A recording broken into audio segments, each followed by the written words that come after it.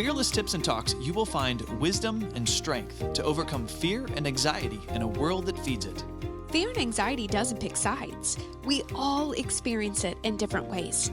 In Fearless Talks, I'll introduce you to humble men and women who battled fear and were better off because of it. Join us every other Thursday to learn from these powerful interviews. Well, I have a very special guest in the studio today. He is my father, and I actually call him Papa Pinz. Papa Pinz. We have so much to unpack today. And I want to start with your childhood, Dad, because so many things happen in our lives.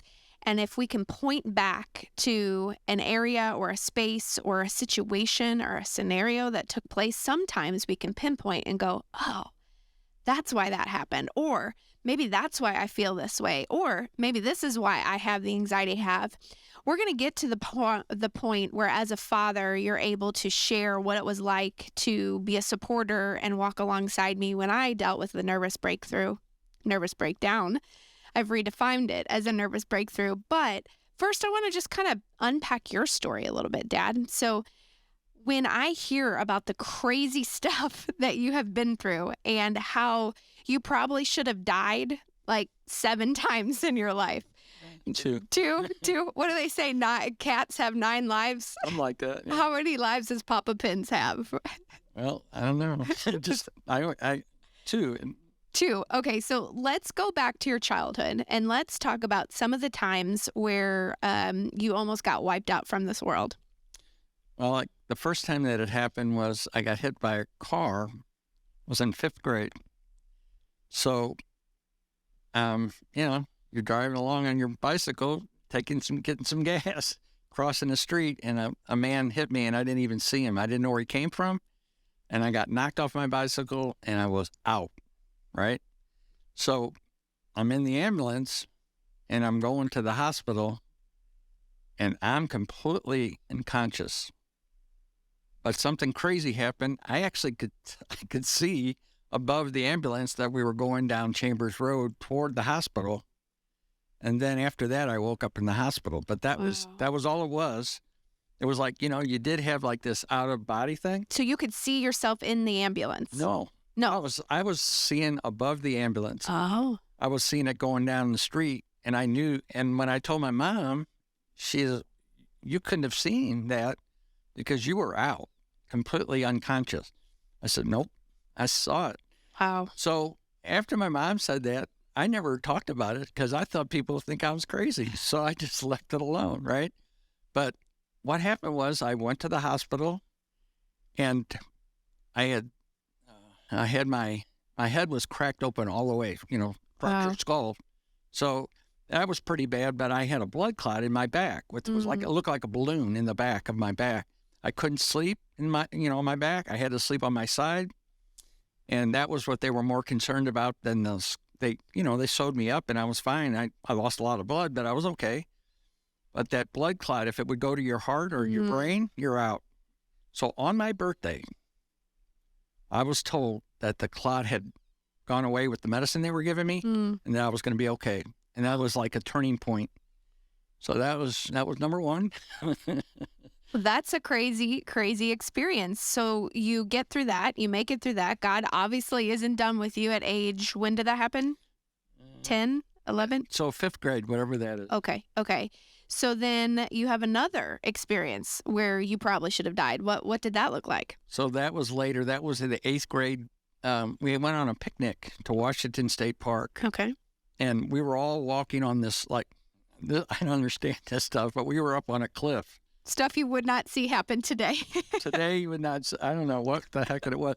We were all going on this cliff, and we were on a path. It was a normal path that you would walk on, and it was pretty safe. But there was a spot where there was a tree branch. Everybody was grabbing a hold of the branch to go over this little spot. And when it was my turn, I grabbed the branch and it broke. Oh my gosh! And I went down. So I fell into a tree. And then I hit the ground, and then I rolled down a hill of rocks. So I got all tore up. But when I hit the ground and I moved, I started moving again. So when I finally got to the ground, at the very end of it all, when I stopped, I I didn't want to move anymore because I didn't know if I was still falling. I didn't know what was going on. My glasses fell off. I didn't know where I was How many feet do you think you fell? They say it was probably around 70 to 90 feet. Dad! Into a tree, but the tree just now. So there you go. You got little angels there just taking you through the tree, right? Come on. I should have been gone. I mean, if there wasn't a tree there, it would have been straight to the ground, and that's it. Yeah. But so there we go. So through all that, I realized it was pretty special that I wasn't dead, and I just drove home like everybody else did on the bus. Wow. But the worst part of it was our science teacher, I don't remember her name, she was a sister. She didn't have Antibiotics, hydrogen peroxide. Yeah, she didn't have that. She had, I don't know if it was rubbing alcohol or something, but I felt like that was worse when she put it on there. But she said, you got to get these, I was scratched up from head to toe, right? So I had to take all that. And I think I just about went out of it. From the pain. The shock of the pain from all that stuff. And so I just got on. Holy sister, maybe it was holy water. Who knows? I don't know. But I went home on the bus, right? My head felt like it was like this big, right? And just got home, told my mom. I think they called her, right? And Well, I hope so. there was no ambulance, none of that. Wow. 70 to 90 feet. You take a drop and you've got guardian angels just protecting you every step of the way. Well, Dad, that was just kind of, I mean, that was difficult. You should have probably been gone at that point. But, you experienced a lot of trauma in your life. You lost your dad at a very young age. You want to walk us through what that looked like? Yeah, my dad was sick. He was only 40 years old, and they told him he had cancer that spread to his brain. And brain cancer like that, at that time, I don't know if there was really much hope for anybody like that, but he was super sensitive to sound. Okay. Got 5 kids sitting there making a lot of noise. Yeah, wrinkled, like a wrinkle in a newspaper. No. That would do it. It would drive him crazy. So when he was really, really sick and it was time for us to go away from him, we stayed next door with the neighbors, and they took us to church on a Sunday. And I remember going to church. So I was like, okay, we're at church. And I started singing like I never sang before. Like I was really belting it out. I never did that. It was really strange. I'm like, what's going on here? But I did that. And later that day, I found out my dad died.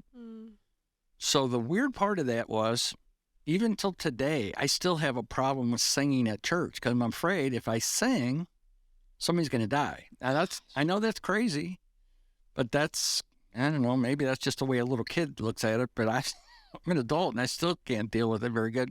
But anyhow, that's what happened.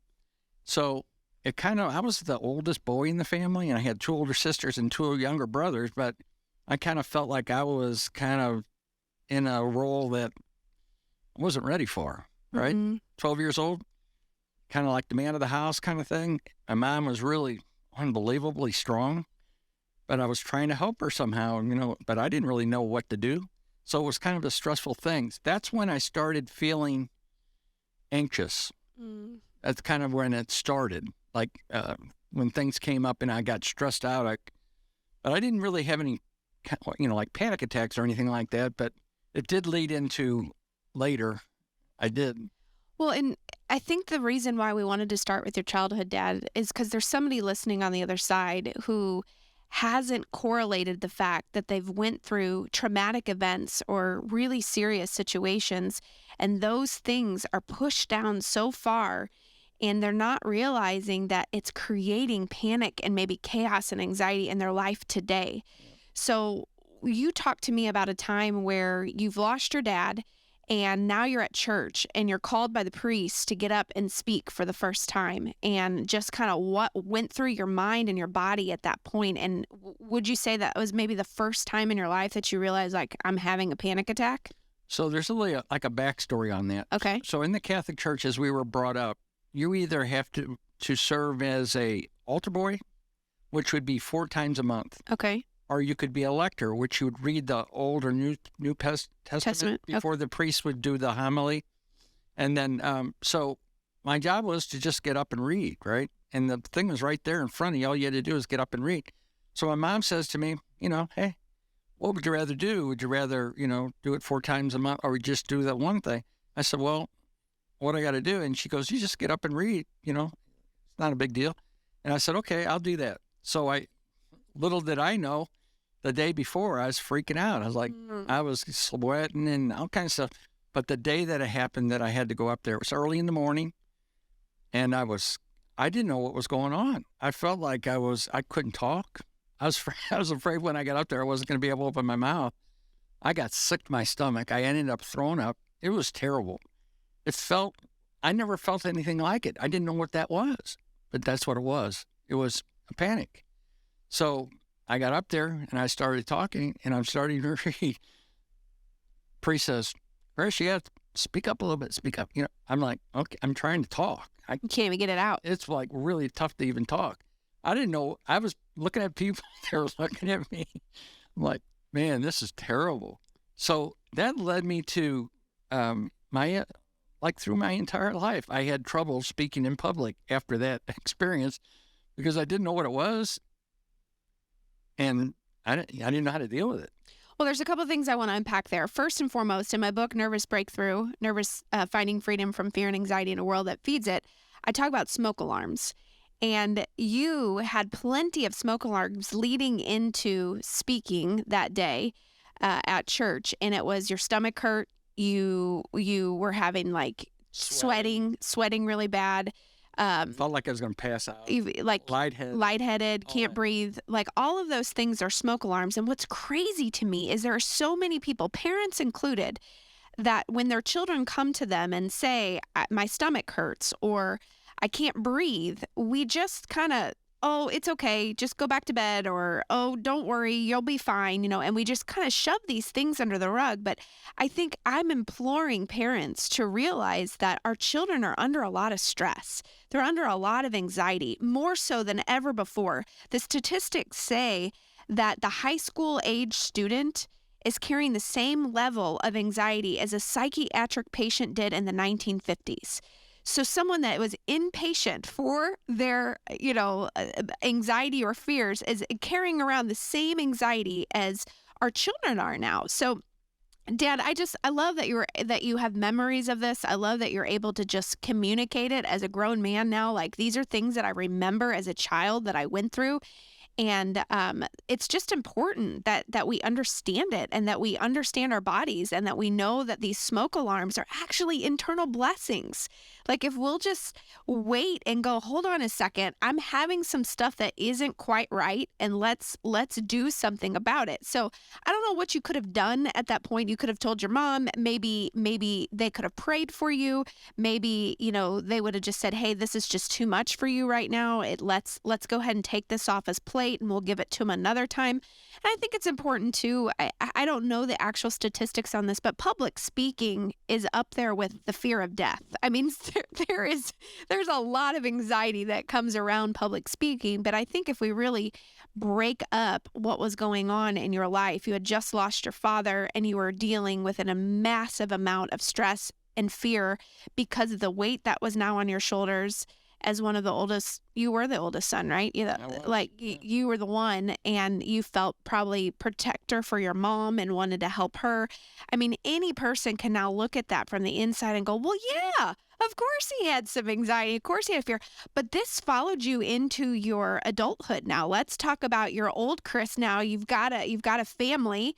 And you're running a Heidelberg press. You're super in charge of it. You've got all the weight on your shoulders of providing for your family now.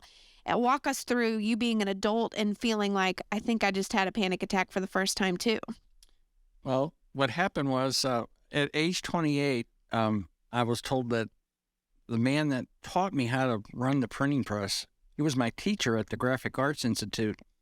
And he was actually the man that helped me get the job. It was Phil Geerling. So he told me my back is just going out. And then my doctor told me I can't do this work anymore. So he came to me and said, you're going to be running the Heidelberg. I'm 28 years old. I never ran that machine by myself before. And that was on a Friday, and Monday I was going to run that press. I didn't tell anybody, but I was scared to death. Because there's a lot of money goes through that machine. And if you make a mistake, and if it doesn't turn out right, there's, that could be your job. It could be okay. I didn't think I was ready. And I talked to Phil about it. And he says, you know what? I've been watching you all along. You're fine. You'll be just fine. Don't worry about it. If you need some help, just call me. So I went in there. I think I did the hardest job I've ever done. I haven't, after that job, it was unbelievably difficult. And I got through it somehow. And I probably, if I had a prayer life, I probably would have been praying more. I don't think I did that. I do that now, but I didn't do it then. But the idea is somehow I got through that, and I never had another job like that difficult. So it was like, what was that? Was that a God trial? Well, you're speaking to so many people right now, the people that find themselves in these situations where, how did I get here? And how am I in charge? And what if I mess up? And what if I cost somebody a whole bunch of money? And what if I lose money? I mean, there's so much to unpack there, but it's like perfectionism, but it's also losing money. It's also, what if I'm not enough? I mean, there's all these things that we go through as adults that we try to put our big girl, big pants, big boy pants on and try to do things in life. And you said something that was so interesting. You're like, I got through it. I don't know how. I would pray now. I didn't pray then. Talk a little bit about your faith and how it used to be just kind of a religious act, and now it's more of like something you can't live without. Yeah. So growing up in the Catholic Church, I felt like the priest was pretty much in charge, and you're pretty much going to him for guidance. Mm-hmm. And so that's where you were getting your spiritual wisdom from. It wasn't from cracking open the Bible. Sure. So I guess I was probably around 37 years old when I went to my mom and dad and said, you know what? I don't see my kids interested in going to church. There's something there. I don't know what it is, but I got to find out. So church is something that kind of was redefined after I had the nervous breakdown. So I talk about how I was Superwoman, and I didn't really have a problem with God, but I didn't need him because I was self-sufficient. I was self-reliant. I was a strong, capable, just could get it done in my own strength kind of girl. And it wasn't until I had a nervous breakdown when I was diagnosed with severe panic and anxiety disorder that I realized I'm not Superwoman and that my Superwoman cape strangled me. So talk a little bit about what was I like as a child? And could you see some of those same tendencies even just as a little girl, that I was kind of a Superwoman kind of thing? Well, I think we need to go back to your beginning. Okay. So we were on a vacation with great friends in the Ozarks. We had, just a fantastic time. And I knew that you were going to be born. All right. It was like there was this overwhelming sense that you just came over you. Yeah. And it was almost like I didn't hear a voice or anything, but I just kind of knew that we were going to have a baby, right? Mm. So that was fantastic. I don't even think I told Diane, and I don't think I've ever told you until, Just so we were prepping for this interview, yeah. So it was like, I guess that's stuff you hold in because you don't really, but I just thought I was his first dad, right? And I don't know. I mean, don't all dads get this like prompting from God that you're going to have a kid? I don't know. But anyhow, that's what happened. So when you were growing up, you were kind of like a little adult. Growing up. You weren't like a little kid. You were, I don't know how to explain that, but you didn't really need me to be, telling you what to do. You were kind of like always doing things, and like self-sufficient. Other kids were kind of following you around. It was kind of weird, but of course I didn't have anything to go by because you're the first kid. So right. It's like, what do you do?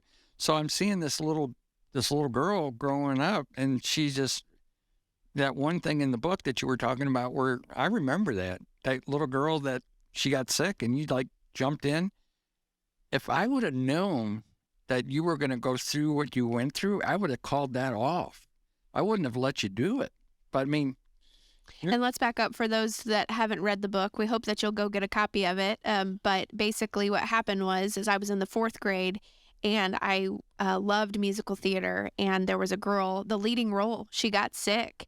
And this was days before the actual performance, and I stepped in and took the leading role and stressed my body and did all of the lines, memorized all the lines, all the blocking. I mean, it was a huge thing to take on as a fourth grader, but wound up having a really bad migraine, and locked myself in my grandparents' room for, the whole evening afterwards.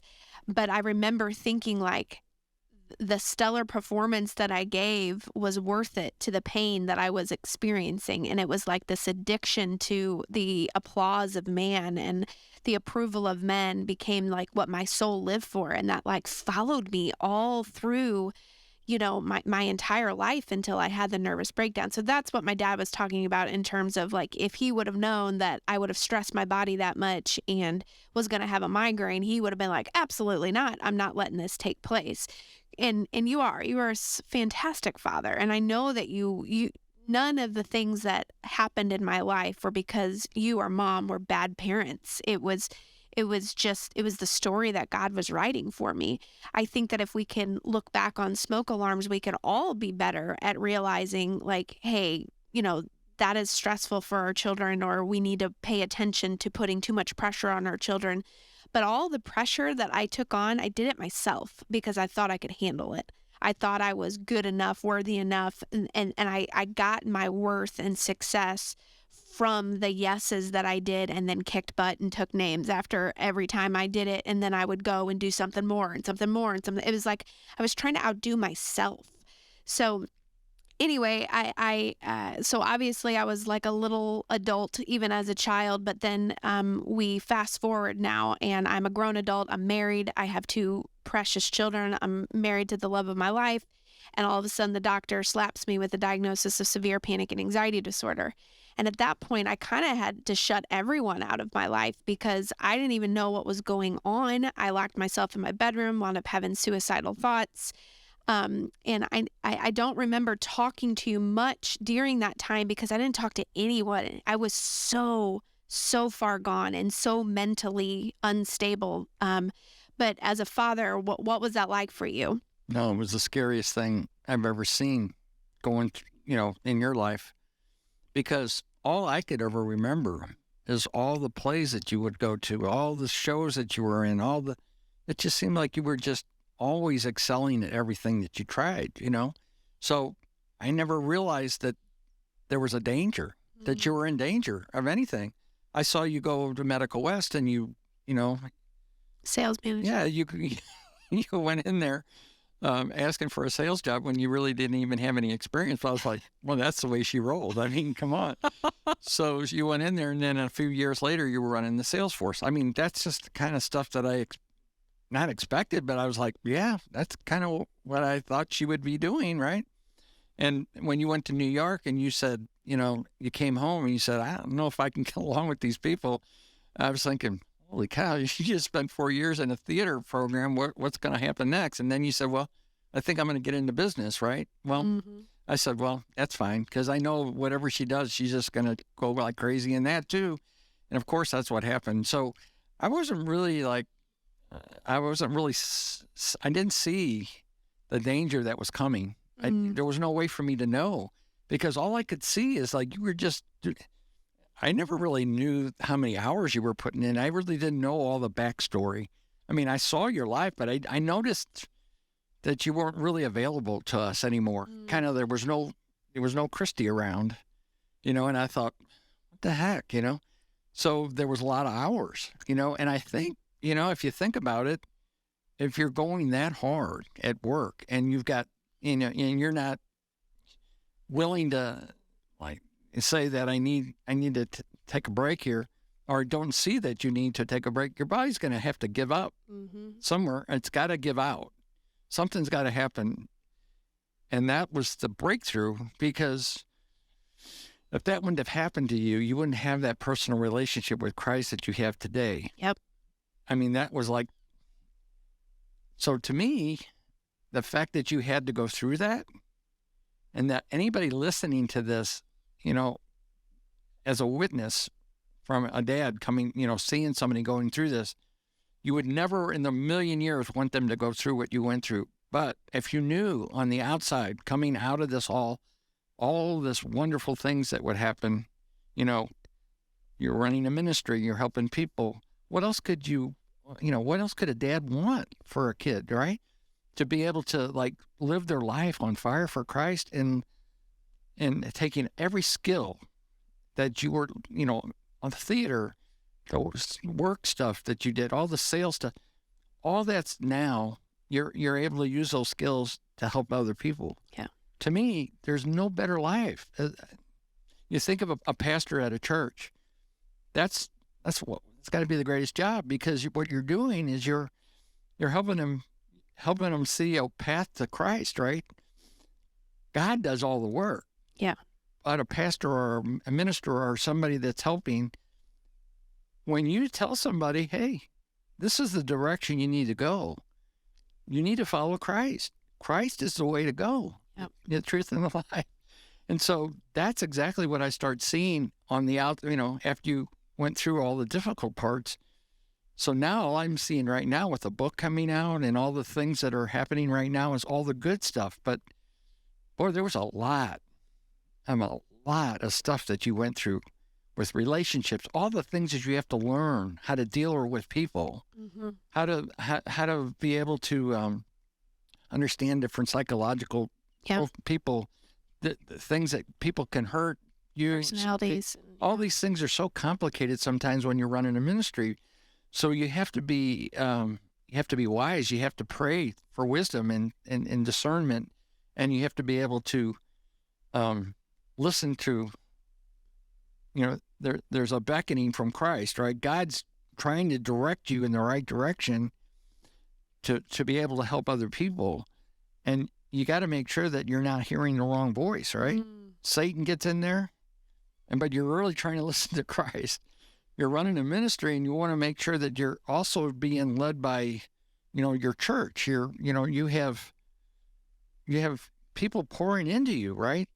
That help you understand when you're talking in front of people that what you're saying is going to help. I mean, so there's just so much going on there.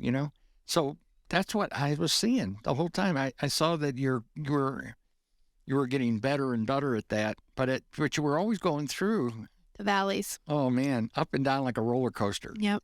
So now you're at a point now where you've been able to write all this stuff down on a book. And when I listen to it, I think I'm at 10 times now, been through the book. So now I listen to the book. I listen to it on my phone when I drive. I drive all over the place. So I listen all the time. And it seems like I'm listening and hearing new things all the time, but it's probably the best book I've ever read. So, I mean, I don't know. Okay. Yeah. Okay. It has to be. Thank you, Dad. But anyhow, the thing about it was just a real story about, and I know the story's true because I feel like lived through it with you. There was a lot of stuff I didn't know about, which was scary when I found out. But I guess that was just maybe your way of not wanting to worry me. Yeah. I don't know. I mean, there were things in the book that I was like, what? Yeah. And so it's good that I know everything now. But what I did, when I was experiencing this, going through this, I wasn't really sure where it was going to go. You were at the lowest point, and then you started getting better. Then Troy prayed over you, right? That was like breakthrough, I think. It was like, okay, we're not going to allow this Satan get away from us, right? It's kind of what Jesus said, right? Yeah. Said, hey, Satan, get away from me.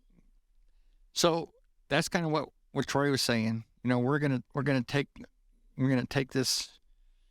What did he say?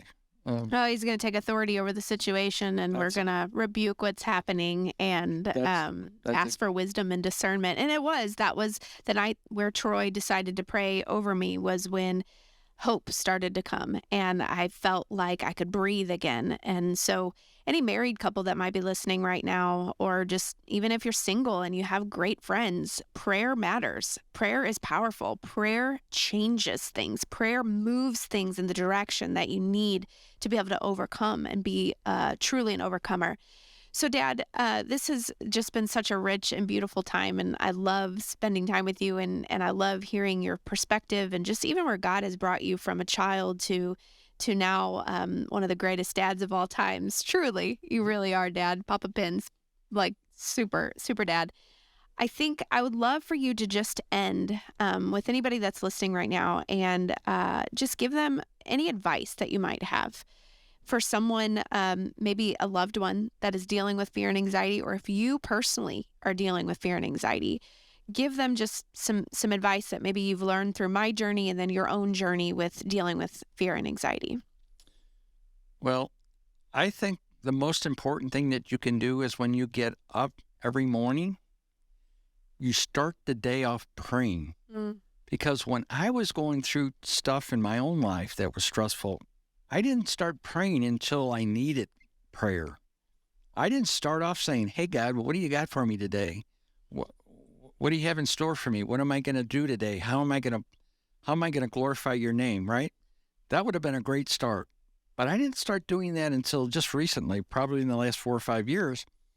So, and when you do that, when you start off a day praying that God, hey, he's listening to that. Yeah. He wants to know. He's like, okay, I'll let you know what I need for you to do for me today, right? And so I drive all over the place and I work on medical equipment, and I get stories every day. People telling me things, they'll tell you that they don't believe that they don't think they're going to go to heaven or something. I'll ask them, well, why do you feel that way? So the idea is that their faith, you need to have that faith. Yeah. The faith is what God listens to. It's like your prayer. The other thing I think is really important is you really can't have these things over your head with people that you're dealing with. You can't have unforgiveness in your heart. That's good. That's a big one. We've just learned that at our church about unforgiveness in your heart. That, to me, is a big thing. So there's a lot of things that, in the book, it talks about those kind of things. Those are important. So starting off the day with a prayer, what do you have for me to do today? I think probably the most important thing. And it does help your stress level go down because it's not you trying to do everything. Yeah. And that God will help you. Yeah. So prayer must become your first response and not your last resort. Right. So I love that practical piece of advice, but also spiritual piece of advice. And really, I think it's awesome that you just kind of ended with us. Hey, friend, do you have bitterness in your heart towards someone? Do you have unforgiveness in your heart towards someone? Are you mad at someone? Scripture talks very clearly that don't go to God before you've resolved your conflicts with your brother or sister. Like, don't lay anything at the altar with him before you've resolved your issues with your brother and sister. And sometimes we have to forgive people that haven't apologized to us. Sometimes we have to forgive people that maybe you don't feel like are deserving or worthy of forgiveness, but really forgiveness is for us. It unlocks the prison that we're in when we'll just go ahead and extend that forgiveness. It doesn't mean we have to reconcile or that reconciliation is even possible. And forgiveness also doesn't make you forget what the people have done. So we have to use wisdom when we forgive people.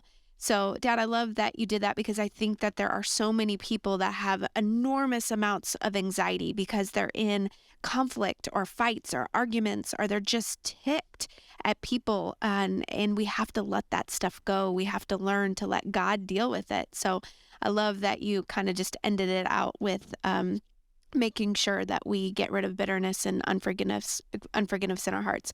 Is there anything else you'd like to leave us with before we close out today? Well, I think Grandpa Bower said it best. You should eat honey, right? Hey, and sometimes stuff doesn't really happen, so don't worry about it. Yes. I think that's the great. If you read the book, you'll understand what I'm talking about. It's Grandpa Bower. Yeah, 103 years old before he died, and I asked him, "How come you're always so calm? What's going on, Grandpa?" And he's like, "Well, don't worry about much. It's not really going to happen anyway. And I don't know, eat more honey." That's I say, yeah, I like it. So I don't know, guys, go and stock up on some honey and stop worrying about things because most of it doesn't happen anyway. And let me pray for us as we end today. Father, thank you so much for the incredible conversation I got to have with my dad today. And I just pray that the words that were spoken today would bring light and hope to anybody that might be struggling. Father, we love you and we're so grateful for the words that were spoken, and may they just glorify you. Father, anybody that's struggling deeply with fear and anxiety, Lord, let them know that your perfect love casts out fear. In Jesus' name, amen. If you found this to be helpful, you can find out so much more in my book, Nervous Breakthrough. And guess what? Right now, you can order it on Amazon. Also, can you do something for me? Will you help us get the word out about this podcast? I would be so honored if you would share it with your loved ones, rate it, review it, and also be sure to subscribe. And lastly, and I really mean this, we want to hear from you. If you have suggestions or ideas on something that I should cover or a tip that you'd really like help on, please send us an email, podcast@fearlessunite.com. Again, that's podcast@fearlessunite.com. Thank you so much for listening.